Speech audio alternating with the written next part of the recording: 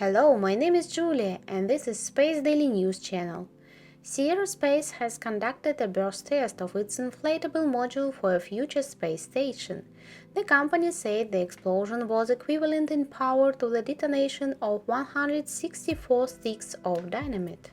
The inflatable module, which uses flexible materials from ILC Dover company such as Vectran straps, will be used in the Orbital Reef space station that Sierra Space is developing with Blue Origin. It is one of several projects funded by the NASA agency as part of plans to replace the International Space Station after 2030.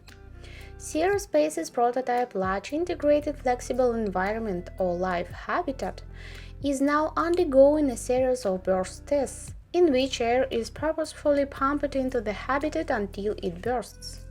In the test conducted, the results exceeded NASA's safety requirements by 27%. In other words, the structure withstood a pressure of 5.2 atmosphere before bursting, far exceeding the agency's required 4.1 atmosphere. Sierra Space plans to build a new space station out of similar inflatable modules that can be easily launched on a conventional launch vehicle. The volume of 3 inflatable LIFE modules will be comparable to that of the ISS. Sierra Space is also developing a larger module.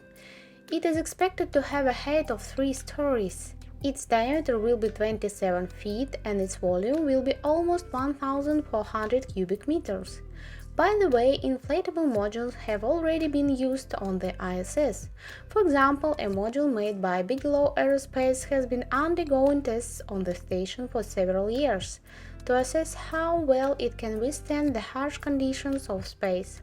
In the near future, Sierra Space intends to continue rapture tests with full-scale modules, as well as test how the modules can withstand micrometeorites. In addition to that project, NASA is also funding the project of Axiom Space, which plans to launch several modules to dock them with the ISS, and in the future it's planned to use them as a separate orbital station. Space Daily News, like, share and subscribe.